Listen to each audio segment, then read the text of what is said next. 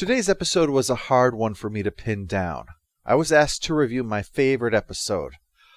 The problem is, I'd already done that 10 years ago, and a few of the ones that came after that. So I would think about it, and more DS9 episodes would be taken off the table, so finally I said, okay, this one, and I picked this. It was one I was most interested in returning to, so I figured, well, that must be close enough, even if the final opinion might not reflect that. And if it seems like I'm rambling, well, it's only appropriate given that Bashir is doing exactly the same. Kira is trying to meditate, and mentions that fact, so Bashir helps by unwittingly being an asshole. His issue wouldn't be so bad if it wasn't that everything in some way winds up coming back to him talking about himself. So you can understand Kira's irritation with him, and some of what happens later on. It's a problem.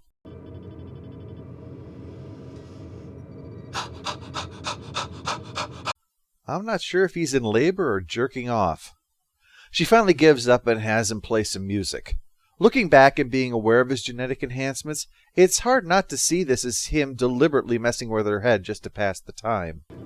You know, Nerys, may I call you Nerys? Sure. Even when we weren't getting along, I've always felt you were one of the most interesting women I've ever met. I'm very serious. Uh-oh, I hope this doesn't end up in a #MeToo moment. They finally reach the wormhole after Bashir finds himself doing the, "No, that's not what I meant. But if you wanted to.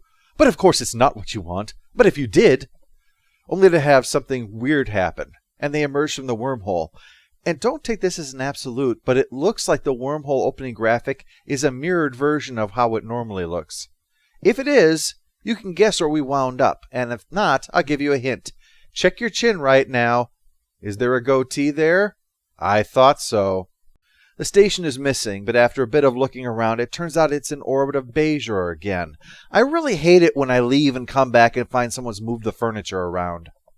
As they try to figure that out, 2 Klingons come on board, but they back away in sheepish terror from Kira, and we soon see that it's because they think she's someone else, as none other than Garrick shows up, soon joined by the Intendant. Who are you? And she has a taste for leather. That is rarely a good sign in your captor. After the titles, Kira quickly figures out they dialed the wrong area code or something going through the wormhole, and they better get back before they mess things up. But neither the Intendant nor Garrick is inclined to let them do that. Having a doppelganger of the most powerful person in the area run around unsupervised is just asking for trouble after all. But trouble they've got, as Tolok, another Klingon, shows up with a Terran who tried to sneak off the station. This is a musical chairs situation. Tolok was supposed to be Garrick, and Garrick was supposed to be Worf. But there was a scheduling conflict, which meant they had to quickly swap things around and then throw in a filler character. This is why Garrick might seem less guileful than what we're used to. He's a blunt instrument as opposed to a well-placed stiletto. The knife, I mean, not the shoe. I suppose with the Intendant's sense of fashion, I better be specific. But Bashir is in for a lesson in what it's like when life sucks. He's referred to as a Terran and gets dragged down to ore processing, where Odo is in charge. After slapping Bashir a few times, which admittedly he's frequently deserved during the first 2 seasons and didn't help matters during the teaser, the good doctor is put to work helping process ore in exactly the same way the Bajorans had during the occupation in his world. But Kira gets the cushy welcome, brought up to the office and ops, so the Intendant can get down to sussing this out. Kira's unfamiliarity with the Klingon-Cardassian alliance confirms her suspicions that this is another visit from the other side of the mirror universe.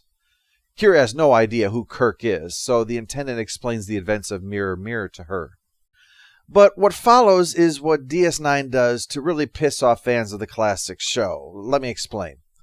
Mirror Universe sequels were always being submitted in the TNG days, but ultimately, none of them were interesting. So an idea was finally suggested. Why don't we flip what people expect? To show that instead of helping, Kirk actually made things worse. The reasoning isn't actually that far-fetched. The idea is that when you have a brutal and savage system, it's usually risen up because it's surrounded by savage opponents, so that when civility arrives, the barbarians storm the gates and wind up making things worse than they had been before. So when Spock rose in power and instituted reforms, it actually left them too weak to repel the Alliance when it attacked, thus dooming the human race to the same kind of slavery that the Bajorans suffered during the occupation. While I don't hold the view that this story was wrong, I can understand why the idea of it, that Kirk suggesting peace was a mistake, can rankle people. Everything was just fine with our Agony booth and lethal infighting, but you had to go and doom us all with your peace. Way to go, asshole! I hope you learned your lesson. Anyway, for the previously subjugated races, this is a great turnaround, and naturally they want to ensure their good fortune. Thus, all transporters were modified to ensure that this wouldn't happen again, and if it happens despite that, kill the doppelgangers rather than risk having everything fall apart due to more meddling. But the Intendant is thinking of ignoring it this time. She's too bemused at having another her around to consider killing Kira. But she puts that down to her soft-hearted nature, as she doesn't want to use violence unless it's absolutely necessary, but will do so if it is without hesitation. This is going to be important later on. But right now she does need to have a reason, so Kira argues that the concern was her universe influencing the mirror universe. Maybe this time we could do that the other way around, leading to a stronger Bajor like we have here. They just set up the first Bajoran colony in the Delta Quadrant, after all. New Bajor. And their strength will prove that nothing bad will happen to it. No, sir. The Intendant insists on killing Bashir, though. If you knew him, he's an arrogant Terran who's lived a privileged life on my side. Let him see how the other half lives. Good lie, Kira. What lie? Kira convinces her to spare Bashir, too, and even has permission to go see him, where he, of course, knows the story of Kirk. And he notes that if there is a way to use a transporter to get back, O'Brien would know how to pull it off. And there is indeed a Mirror O'Brien wandering around here. Bashir goes to see him during their food break. Apparently these two being from another universe is the worst kept secret on this station. O'Brien is appreciative of the discussion until it turns to work on the transporter, and he concludes that Bashir's just buttering him up to help escape, and that's the last thing O'Brien needs, to be connected with an escape attempt. He's a Theta, which makes his life, well, not better, just less of a living hell, and he'd like to keep it that way. Besides, if everyone you know is so filthy they look like a chimney sweep, then some clean braggart comes swaggering in, you're not going to be inclined to feel sorry for him. As expected, there's also a Mirror Quark here. Kira comes across him in his bar while she's looking for something, and in her not entirely blunt way asks if he can get her a transporter. He's willing to consider, but he wants compensation. I'm sure you're surprised to hear that. What he wants, though, is the ability to send people to her universe, which seems odd. Business can't be that bad that he's going to try to compete in another dimension. What we can soon infer, though, is that Quark is hoping to use this as a place to send Terran refugees. This Quark is actually a soft-hearted sympathizer for the impressed Terrans. I'm sure they were grateful that somebody around here was looking out for them. Who wants a drink on the house? Well, the other ones were probably grateful. Sisko and his collection of pirates were summoned here because the Intendant wants to show Kira off. And why do you deserve this special treatment? I suppose because I amuse her. And she's not easily amused. She didn't laugh once at the house, and Will Ferrell was a genius in that. It might be that part of the reason Miles is a Theta is that Sisko is something of the Intendant's pet, and O'Brien keeps Sisko's ship running smoothly. But however much latitude he gets, the summoning by the Intendant shows this pet is on a leash, and his expression shows he's unhappy about it, if only briefly. It seems likely that she takes advantage of the situation sexually, especially when she makes some lewd comments in private, when she suggests the amusement of having Kira Sisko with her too. But she does want to know why Kira was asking about a transporter. They'd gotten that out of Quark during his interrogation. You don't trust me. I'm a little afraid of you. Then you fear yourself. And there's a good reason for that. Not just the being afraid of the Intendant, being afraid of herself. Because as Kira said, she is able to guess the motives of the Intendant because she knows how she'd react. And just note the way the Intendant acts, strutting about expecting everyone to love her as their overlord while she keeps them in chains. claiming her hands are clean while keeping on those who are only too happy to dirty them, offering favors in return for sexual service.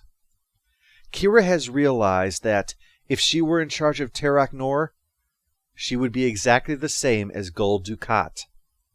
Ordering Quark's death after explaining, as if to a child, why enslaving Terrans is necessary only further cements that conclusion. I have met the enemy, and she is me. As if that's not enough of a vomit-inducing thought for Kira, she returns to her quarters to find Garrick waiting, which probably would have made her toss her cookies if he'd been waiting with a thong on with a rose in between his teeth. He points out the Intendant isn't going to just let her leave. Having her own Kira to play with is too much for such a narcissist. Oh yes, the Intendant is in love with herself to a shocking degree. She probably thinks this is called the Mirror Universe because if she had her way, it would be filled with nothing but mirrors. So Garrick suggests that Kira murder the Intendant, take her place, and then quietly retire, at which time he will let her leave to try to get back to her own universe. Obviously, she doesn't trust regular Garrick, never mind Mirror Universe Garrick, so she warns Bashir to watch his back, then tries to see Cisco for help to get to her runabout. And you expect me to help you? She'll have my head. Or something else. Admittedly, she'd need 3 trophy cases to store a prize that impressive, haha. Mirror Cisco has no interest in being a hero. But at the party, when one of his people gets slapped around and has to not only take it, but also being literally spat in the face, well, Cisco takes him out of there. He can't protect his own people, and that has got to bruise an already banged-up ego. Little does he realize that by calling Miles away from his repair work, he's scoring one for the Terrans, as Bashir is able to wrestle away a gun during an equipment breakdown. Oh, nasty! It's like he was one huge pimple and Bashir just popped him. Ugh. Bashir crawls into a conduit and finds O'Brien doing some work, so naturally asks for help, and O'Brien offers some. He'll pretend he never saw Bashir. Eventually, though, O'Brien does offer to help, but only if he can go with them. And given that he's had to work his way up the ladder to the level of squalor, well, you can see his point of view.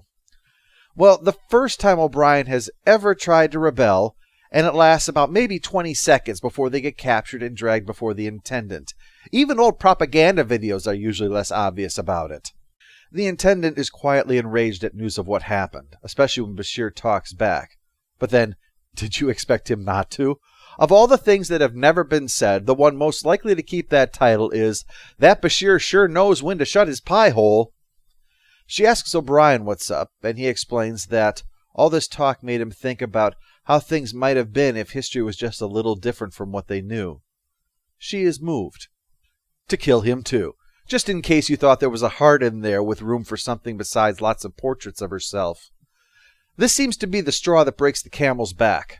Maybe it's the idea of seeing Miles die, maybe it's the Intendant's naked contempt for his kind, but Cisco and his people pull weapons and rescue them. That's heroic, but he's still not going to be in the hero business, so screw trying to get to their universe. His crew and O'Brien are going to stay here and stir up some trouble. Maybe it'll work to create some kind of middle ground where Terrans are neither monsters nor slaves, or at least they could have fun raiding Klingons and Cardassians. That's always good for a laugh. With their runabout, our heroes are free to return to the wormhole, and luckily, return to the right universe. The end. Post-episode follow-up. Annoying character goes to Bashir. Even when we're on his side, he's insufferable. Here's where things get difficult. Crossover is very engaging at first. The idea of it, turning the expectation on its head, the altered reality of the mirror universe, it's gripping and fun. But after watching it a few times, the novelty of it wears off. The story itself loses a great deal of what makes it compelling.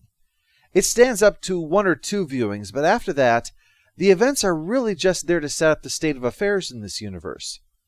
So rating this one is very difficult for me. And one thing is for sure, I really botched up that pick your absolute favorite if I can't even decide how much I like it. So I'm going to split the difference here and give Crossover a score of 5 out of 10.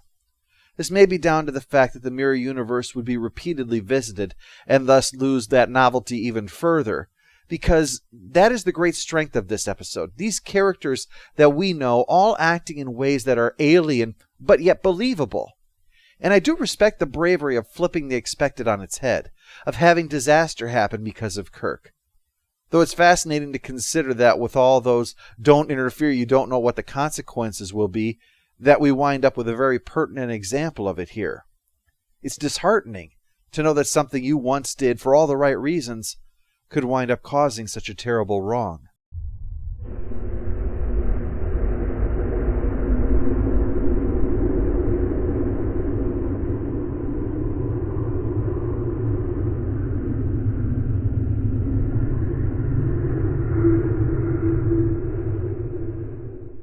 All hail the Overlord! All hail the Overlord! I think your kind has a lot to learn. We've got a lot to learn. What a laugh. Quiet.